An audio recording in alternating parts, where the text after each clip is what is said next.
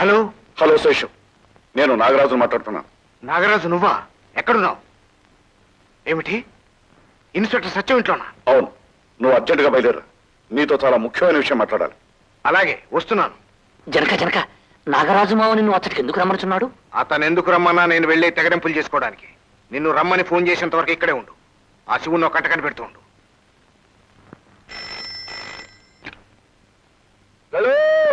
ఒరే కుంటే, నేను చెప్పేది జాగ్రత్తగా వినరా బచ్చా. నీ పగ తీరటానికి, నీ దరిద్రం తీరుకోవడానికి ఒక మార్గం చెప్తున్నాను. నువ్వు రహస్యంగా మన సీక్రెట్ బంగ్లా దగ్గరికి వెళ్ళు. అక్కడ శేషు కొడుకు మోహన్ ఉంటాడు. వాణ్ణి అట్టాగే గురు, ఇప్పుడే వెళ్ళి ఆడి పీ కట్టుకుంటాను. పోలీసులు నీ కోసం తెగ్గాలిస్తున్నారు కదా, మరి పోలీస్ ఆఫీసర్ అంటూనే మకాం ఎలా పెట్టగలిగావు? ఎలాగైతేనే నేను ఇక్కడ ఉండటం వల్ల ఎవరికి అనుమానం రాదుగా బేట. ముంగేస కాపురం ఉండే స్థావరంలో పాముకు ఆశ్రయం దొరుకుతుందని ఎవరు అనుకోరుగా. ఆ ముంగీసే పాము విషయం పసిగడితే అందుకనే ఈ పాము ఇక్కడ ఎక్కువసేపు ఉండదు.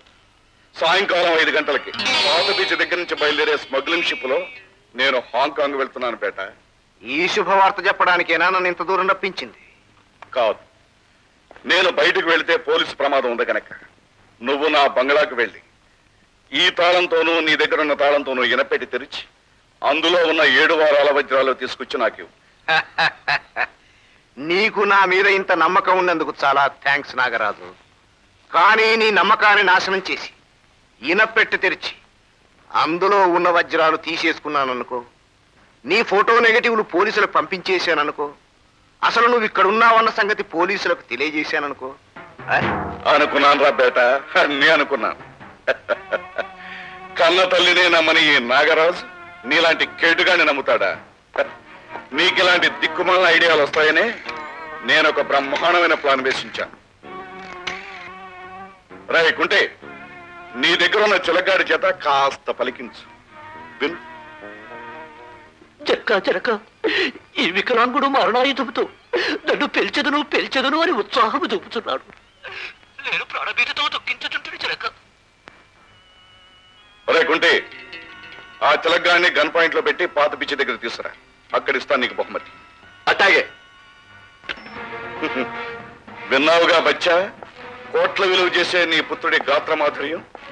వాడి బుర్ర పుచ్చకాయలా పేలిపోకుండా ఉండాలంటే నువ్వు మర్యాదగా వజ్రాలు తీసుకుని 4 గంటలకల్లా పాత పీచి దగ్గర రా. అక్కడే నీ కొడుకు నీకు అప్పగించబడతాడు. వెళ్ళు. అలాగే. ఆగాగా అన్నట్టు నీ దగ్గరున్న రివాల్వరు నాకు కానుక ఇచ్చి వెళ్ళు. వెళ్ళు.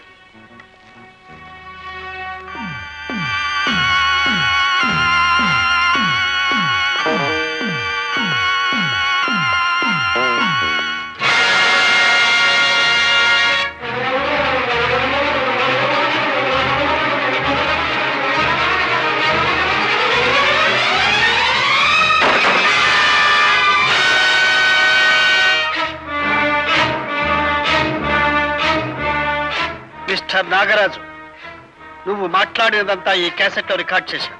వెరీ గుడ్ బేటా, నా సంగతంతా తెలుసుకున్నావు అన్నమాట. నువ్వు ఈ ఇంట్లోకి వచ్చి మాట్లాడినప్పుడే నీ గొంతు విని నిన్ను అనుమానించాను. అందుకే నాకు చూపు లేకపోయినా నీ కదలికలు అనుక్షణం గమనిస్తూనే ఉన్నా. అయితే ఆ క్యాసెట్ ను పోలీసులకు ఇచ్చి కన్న తండ్రిని అరెస్ట్ చేయిస్తావా? కన్న తండ్రివైనా నీ ఇలాంటి వాడిని వదిలేయడం నేరమవుతుంది. మంచివాడిలా నటించి మళ్ళీ మా అమ్మను మోసం చేశాం. నేరస్తులతో చేయగలిపి చట్టాన్నే మాయ చేయాలని చూశాం. నీలాంటి దుర్మార్గుణ్ణి పోలీసులకు అప్పచెప్ప. సత్యం, మర్యాదగా క్యాసెట్ నాకు ఇచ్చాయి, లేదా నా చేతిలో రివాల్వర్ ఉంది, దీంతో నిన్ను కాల్ చేయగలను.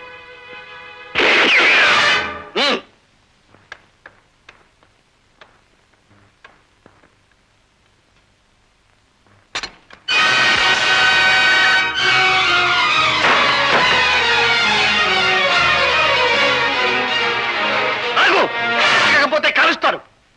చూపులేని వాడిని కదా, నిన్నేమీ చేయలేను అనుకోకు. గుడ్డివాడినైనా శబ్దాన్ని బట్టి గురిగానే కాల్చగలను. కావాలంటే చూడు.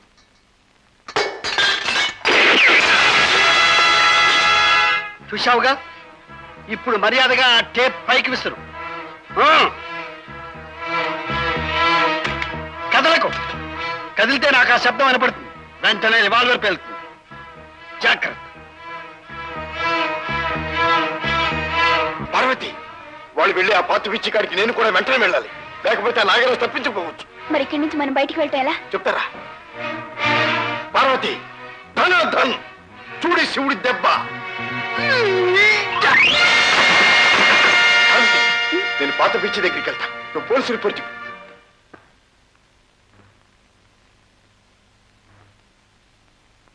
ప్రసాదం తీసుకోండి. సత్యం, ఇప్పుడు మీ అమ్మ నా చేతిలో ఉంది. నన్ను పేల్చాలని చూస్తే ముందు మీ అమ్మ చస్తుంది. మర్యాదగా రివాల్వర్ ఇచ్చిస్తుంది. వెరీ గుడ్ బేటా. ఇప్పుడు మీ అమ్మను అడ్డు పెట్టుకుని నేను వెళ్ళిపోతున్నాను.